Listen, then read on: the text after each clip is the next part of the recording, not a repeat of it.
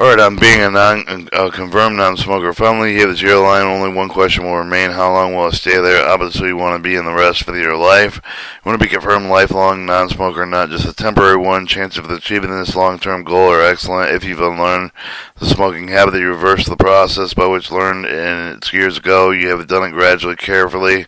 The habit of non-smoking has impressed on you forcefully over a period of time sufficiently long effects of the deep, long-lasting. You're almost, perhaps not quite, but almost habitual non-smoker. The problem of continuing as a non-smoker is basically a problem of attitude. The truly confirmed non-smoker, rather than have the martyr-like feeling that has sworn of something unpleasant, believes instead that his rid himself of something noxious simply, but it doesn't like cigarette, it doesn't like the smell, the look, the very idea of them.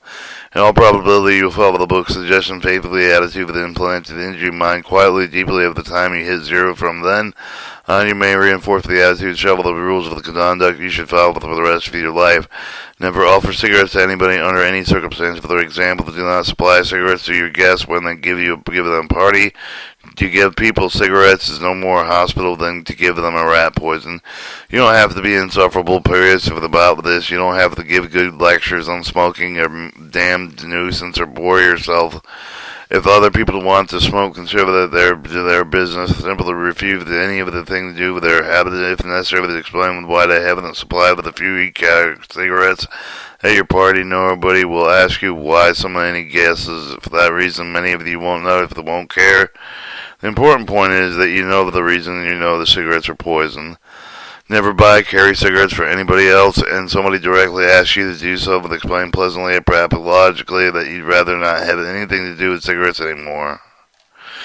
Never light a cigarette for anybody else, as we have pointed out before. Lighting for the other people's cigarette is a misdirected gesture of the friendship that seemed like a good thing to do, but in fact it isn't. It's part of the world's tobacco habit from which you have to force yourself completely for an ever. Bear in mind that when you light someone's cigarette, you are positively contributing to his or her premature death.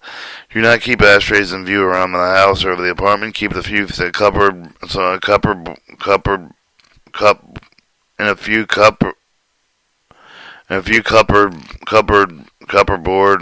somewhere from our guests who want to smoke. The guests will smoke whether you have ashtrays or not, so you might as well supply ashtrays to keep smokers from messing the place up, but bringing ashtrays out only when asked to do so and when someone lighting up.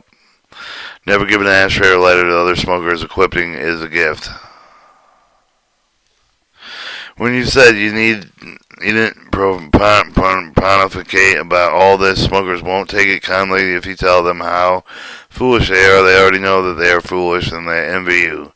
Nothing as what you say will make much difference except perhaps to make you mad at you. And the decision against tobacco, the decision that each must make him for himself, so keep your own counsel.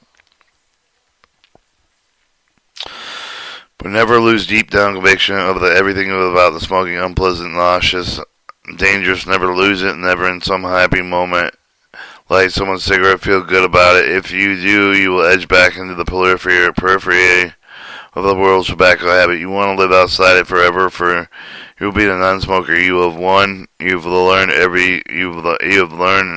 yourself years of the extra life expectancy, new health, new bounce, new bite, and a whole new living experience. You will have been given yourself a set of gifts that absolutely cannot be priced. Do not ever throw them away. Alright, part 4, the cigarette diet.